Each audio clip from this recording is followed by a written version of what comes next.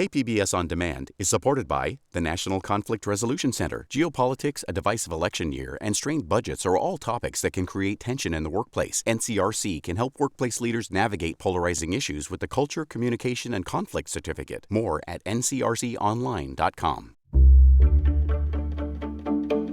Good morning, I'm Debbie Cruz. It's Friday, April 11th. What happens now that San Diego's wastewater surveillance program has ended? More on that next. But first, let's do the headlines.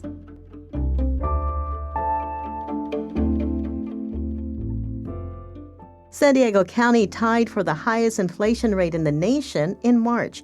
It was 3.8%. Meanwhile, the national average was 2.4%. So what caused San Diego's high rates? The Union Tribune says it was the price of gasoline, fruits and vegetables, and alcoholic beverages. The operators of the Del Mar Fairgrounds are launching a public outreach campaign to gather input on the future of the fairgrounds. The campaign is part of the operators' efforts to create an updated master plan. They're calling the initiative Fairgrounds 2050. Over several months, the outreach campaign will include a survey and public workshops held in each of the county's 5 supervisorial districts. For more information or to take the survey, go to delmarfairgrounds.com/2050. The federal government will begin enforcing the Real ID Act on May 7th. That means people 18 years and older who plan to travel domestically or enter certain federal facilities will have to have a real ID. Starting next week, 4 San Diego County DMV offices will open early to help people with Real ID appointments. The DMV offices are in Claremont, San Marcos, El Cajon, and Poway. They'll open 1 hour early on Monday, Tuesday, Thursday, and Friday. DMV spokesperson Jaime Garza says the DMV recommends starting the Real ID application online at realid.dmv.ca.gov. From KPBS, you're listening to San Diego News Now. Stay with me for more of the local news you need. KPBS On Demand is supported by the San Diego County Toyota dealers, presenting a new 2025 Tundra designed to combine performance and comfort with up to 437 horsepower and 10-speed automatic transmission. See your Toyota dealer. The San Diego County Toyota dealers. We make it easy.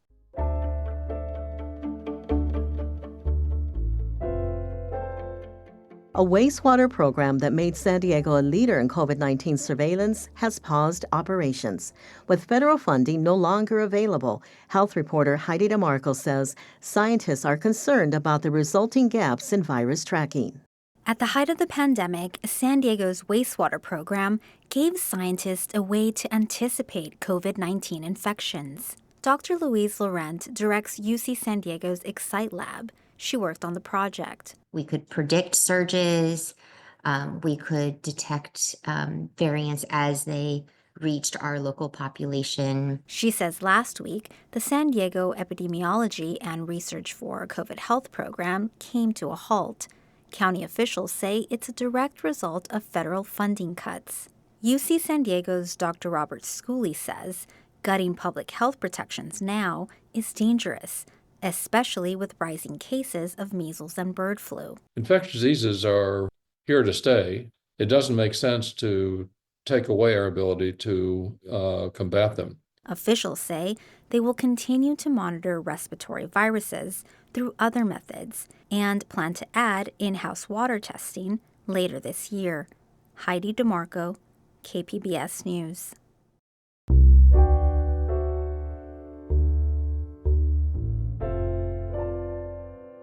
A bit of a reprieve. That's how one San Diego business leader describes President Trump's decision to pause reciprocal tariffs for 90 days.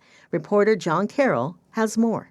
We first spoke to Highspan President and CEO Eric Barnes back in early March, right before the first round of tariffs went into effect on Mexico and Canada. Highspan makes metal products for industrial and commercial applications.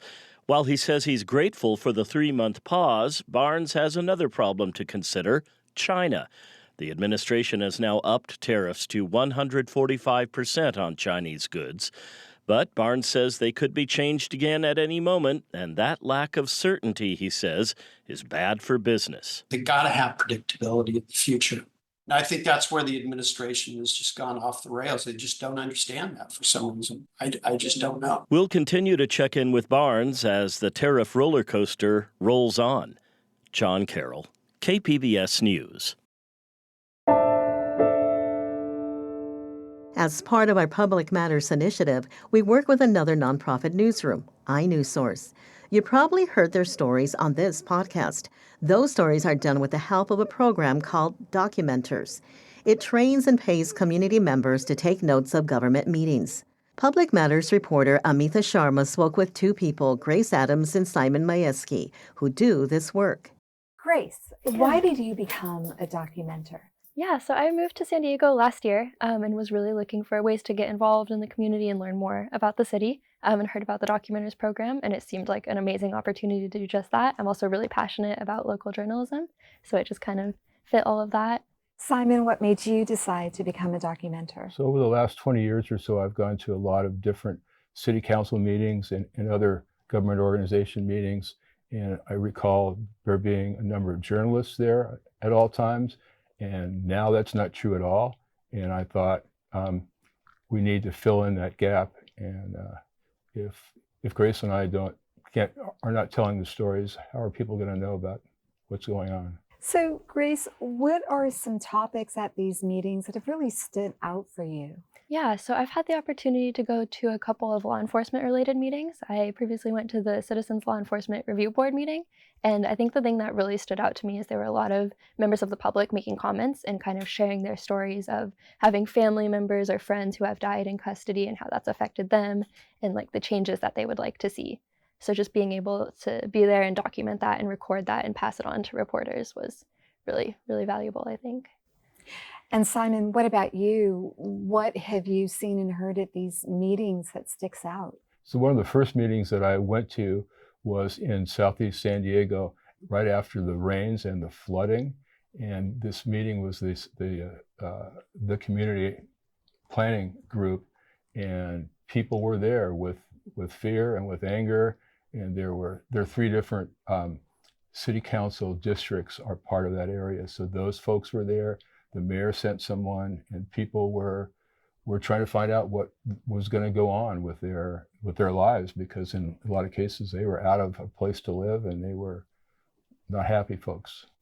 Grace, how does your reporting from these meetings get fed to iNewsSource journalists and actually turn into stories? What's that process like? Yeah, that's a great question. So basically, Simon and I will go to the meetings. We'll take notes, whether that's like handwritten or on a computer, and then we have a form, sort of like template, that we put it into to make it a little bit easier to like understand what happened. And then we write what we think the 3 most important things were that came out of the meeting and some follow-up questions that we have.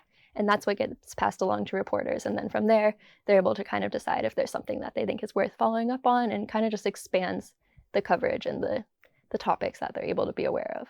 Simon, you're 73, Grace is 26. Each of you come from different generations. How do you think that influences the issues that spark your interest? I've been around for a while, and sometimes I see the same sort of issues coming up every so often with new, younger elected officials, sometimes meeting these for the first time. And sometimes I want to grab them and say, you're gonna have this hit you over and over again. Take a look at something different. You younger folks, you have different perspectives than we do, and I think in a lot of cases they're going to be better. And that's sort of where I come from. Grace, what about you? Do you think your youth might be used as a filter for what sticks out for you at these meetings? Yeah, I think definitely. I think one of the top issues that I care about the most is climate change, which I think is true of a lot of people in my generation. And I think that the local response to climate change and being able to understand how different agencies are working to address it is really important. That was Grace Adams and Simon Majewski speaking with Amitha Sharma.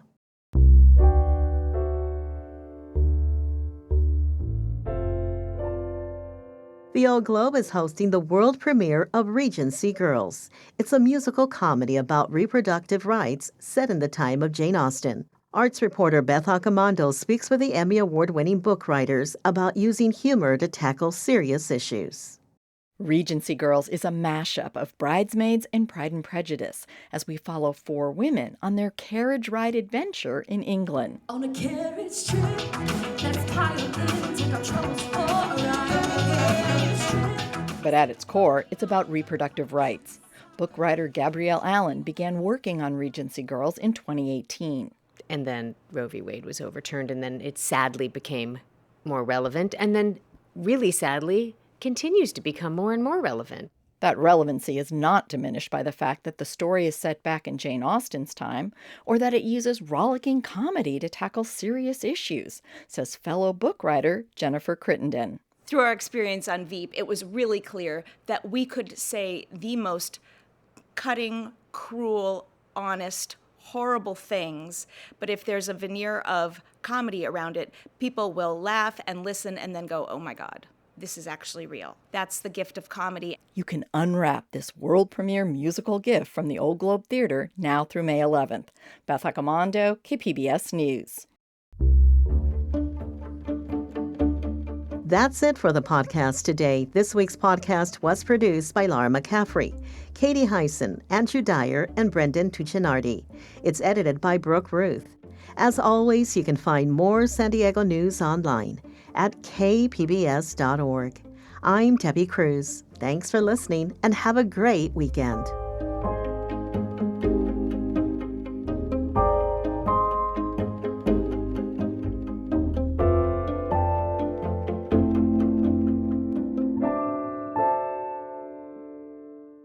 KPBS On Demand is supported by Paint Care, offering households and businesses in California more than 800 leftover paint drop-off sites for recycling. Quantities of 100-plus gallons of paint may qualify for a large volume pickup. Learn more at paintcare.org.